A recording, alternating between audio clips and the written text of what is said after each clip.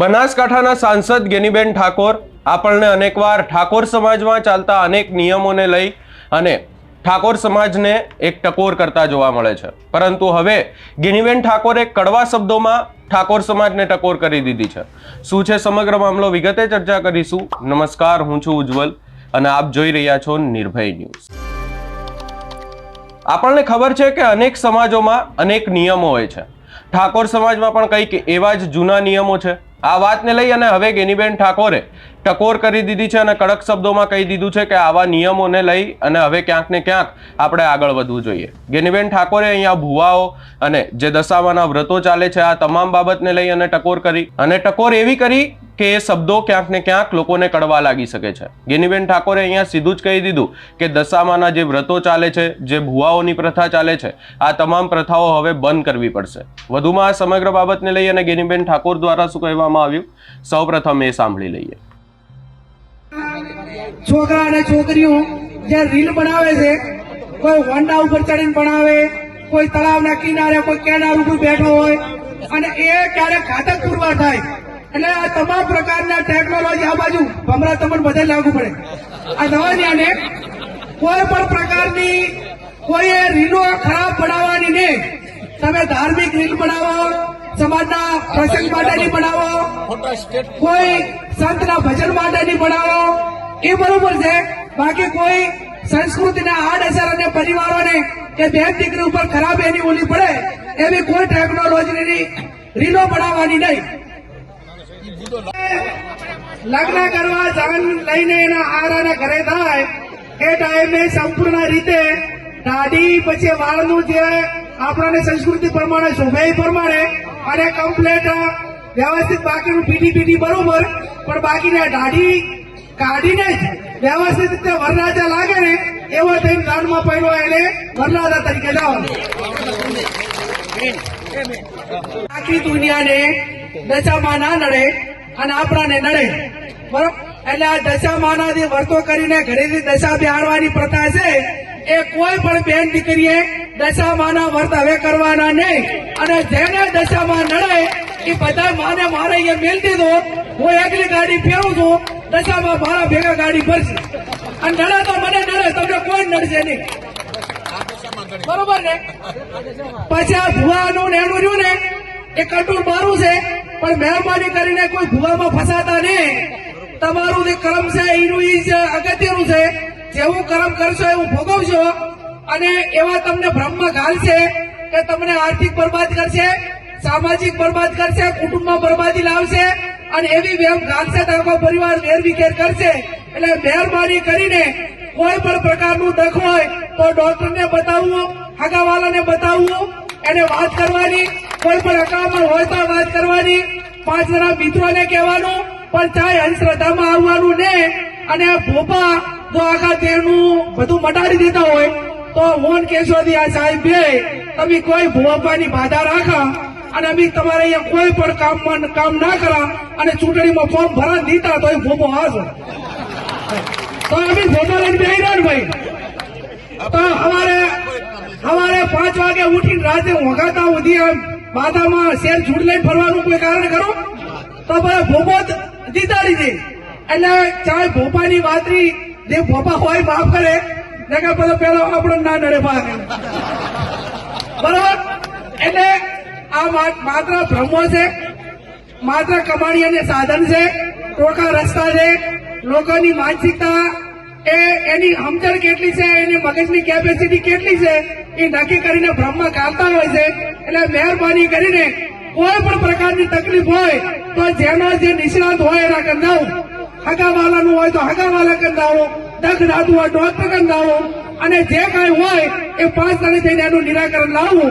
આપ ખૂબ મોટી સંખ્યામાં હાજર રહી કે સૌથી વધારેમાં વધારે કોઈ તકલીફ હોય તો આ કાયદાના હિસાબે ઠાકોર સમાજ મોટો સમાજ હોવાથી આ મૈત્રી કરારના કારણે જેટલા પરિવારો બરબાદ થયા છે, અને પરિવારો બરબાદ એ રીતે, ધારો કે ઘણા બધા પરિવારોમાં હાટાની પ્રથા છે, આ ભાઈ બહેન હોય ને આમે ભાઈ બહેન હોય। હવે વાંક એ બે ચારે ના હોય એમાંથી કોઈક એક ના હોય અને એક ના વાંકો હોય એનો સજા 3 ને બાકીના ભોગવવાની. એટલે દીકરીના લગ્ન કરેલા હોય અને દીકરાના લગ્ન કરેલા હોય અને બે કે અમે જે લગ્ન કરેલા રે અમને નથી ગમતું ને અમે આ મૈત્રી કરાર કર્યા, તો એમાં કાયદાની ભાષામાં આપણે કઈ કરી કહેતા નથી, પણ સમાજમાં એવો દબાવ લાવવાનો કે કોઈ છોકરો મૈત્રી કરાર લઈને સમાજની છોકરી લાવ્યો હોય કે બીજા સમાજની લઈ ગયો હોય તો 500 જણાને એને ઘરે થઈને બેસી દેવાનો અને 500 જણા આડકા થઈને બેસી દેવાનું ભાઈ. અને બાકી આ મૈત્રી કરારના હિસાબે નાના નાના છોકરા મેલી અને પાછા જતી રહે કે ભાઈ મારે તો આ મૈત્રી કરાર કર્યા અહીંયા રહેવું છે, છોકરાના શું વાંક. અને જયારે પુરુષ કરતા જયારે મહિલા આ પગલું ભરે ને ત્યારે છોકરાની હાલત ખરાબ થઈ જતી હોય છે.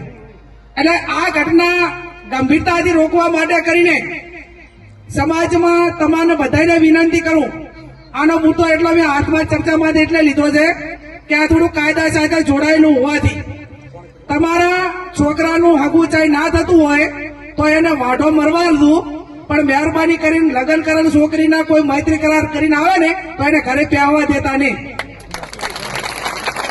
ભાઈ.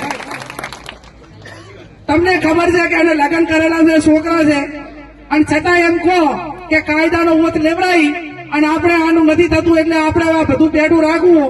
આ પ્રતાચારક સમાજમાં આ ખરાબ ટેવ ચાલુ થઈ જાય કે નથી થઈ? એમ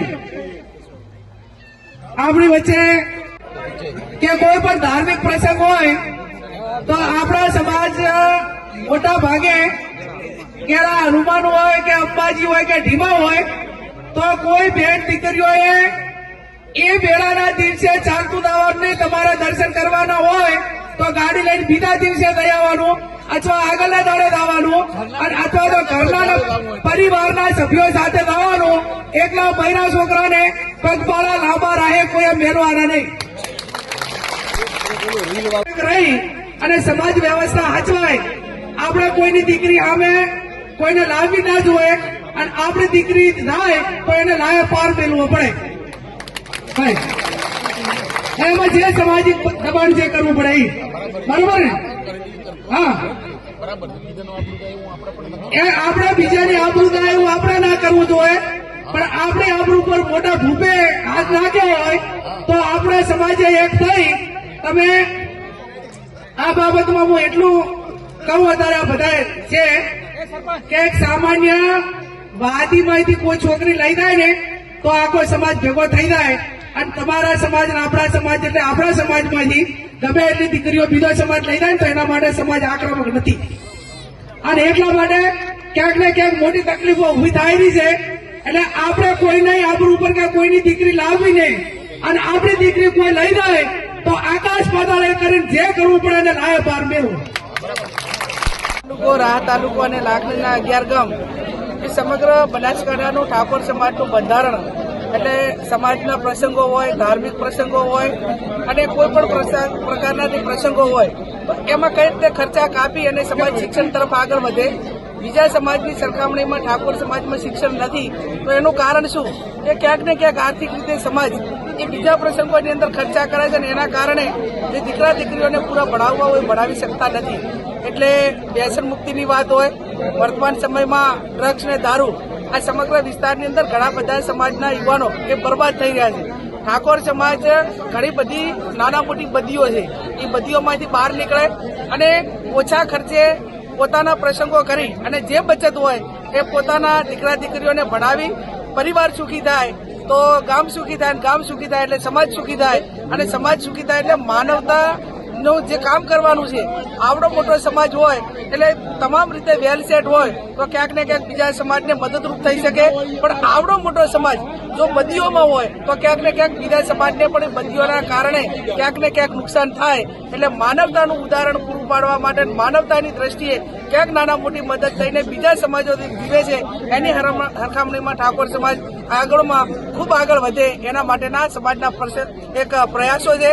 આવનાર સમયમાં આખો ઠાકોર સમાજ ભેગો થઈ સદારામ બાપુના ફોટો મૂકી અને આ બંધારણ અમલમાં મૂકશે અને અમલમાં મૂક્યા પછી આ સંપૂર્ણ રીતે આ બનાસકાંઠાનો ઠાકોર સમાજ એક રિવાજ એક સમાજ શ્રેષ્ઠ સમાજનું ઉદાહરણ પૂરા પાડવા માટે આ એક આયોજન કરવામાં આવ્યું છે। એમાં બધા યુવાનોએ ભાગ લીધો, સમાજના સર્વપક્ષીય રાજકીય પક્ષીય આગેવાનોએ પણ ભાગ લીધો અને સમાજની સમરસતાનો પુરાવો, એક સમરસતાનું ઉદાહરણ પૂરું પાડ્યું એ બદલ સૌનો ખૂબ હૃદયપૂર્વક આભાર। ખાસ કરીને બેન જે તમે કીધું કે ભુવાઓ પાસે ન જાઓ સમાજને શું કહીશું? હું અંધશ્રદ્ધા જે નાના મોટી ક્યાંક ને ક્યાંક હોય તો હું ભુવાઓની વિરોધી નથી, પણ એ ધારે તો સમાજને કે કોઈ પણ વ્યક્તિને એ અંધશ્રદ્ધામાંથી કાઢી ગયા છે અને એ જો નેગેટિવ વિચારે તો કોઈકને અંધશ્રદ્ધામાં ધકેલી ગયા છે। તો સમાજમાં જે ભુવાઓ હોય, જે સમાજના ભુવાઓ હોય, પણ સમાજને અંધશ્રદ્ધામાંથી તમે દરેક જે માનવ કહેવાય એ માનવને અંધશ્રદ્ધામાંથી બહાર કાઢીને એને જે પ્રકારની તકલીફ હોય એના નિષ્ણાંત પાસે મૂકે, કોઈ બીમારી હોય તો ડોક્ટર પાસે મૂકે, કોઈ આર્થિક માટે કે એની માટેની આંકડામણ હોય તો કોઈક વ્યવસ્થિત પરિવારનું સભ્ય હોય એની પાસે વાત કરે, પણ અંધશ્રદ્ધામાંથી દૂર રહી અને શિક્ષણ તરફ સમાજ આગળ વધે એ અમારા પ્રયાસ છે। આના પહેલા પણ અનેકવાર આપણને ગેનીબેન ઠાકોર આ તમામ મુદ્દાઓને લઈ અને કહેતા જોવા મળ્યા હતા, જાહેર મંચ પરથી એમણે ટકોર કરતા પણ જોવા મળ્યા હતા, પરંતુ હવે આ વખતે ગેનીબેન ઠાકોરના જે શબ્દો હતા એ શબ્દો ક્યાંક ને ક્યાંક લોકોને કડવા લાગી શકે છે। એ શબ્દો એવી રીતે કહેવામાં આવ્યા કે હવે ક્યાંક ને ક્યાંક સમાજને સુધરવું જ પડશે, એવી રીતે એ શબ્દો કડક શબ્દો હતા। એટલા માટે ક્યાંક ને ક્યાંક હવે એ વાત ચર્ચાનો વિષય બની છે। એમણે ઠાકોર સમાજમાં જે મૈત્રીપૂર્ણ લગ્નો થાય છે એ વાતને લઈને પણ ટકોર કરી અને બીજા અનેક નિયમોને લઈ અને ટકોર કરી, એટલે કે આ ચર્ચાનો વિષય બન્યો છે। આ સમગ્ર બાબતે આપનો શું અભિપ્રાય છે અમને કમેન્ટ કરી જરૂર જણાવશો। અમારી ચેનલ નિર્ભય ન્યૂઝને લાઇક, શેર, સબસ્ક્રાઇબ કરવાનું ભૂલશો નહીં।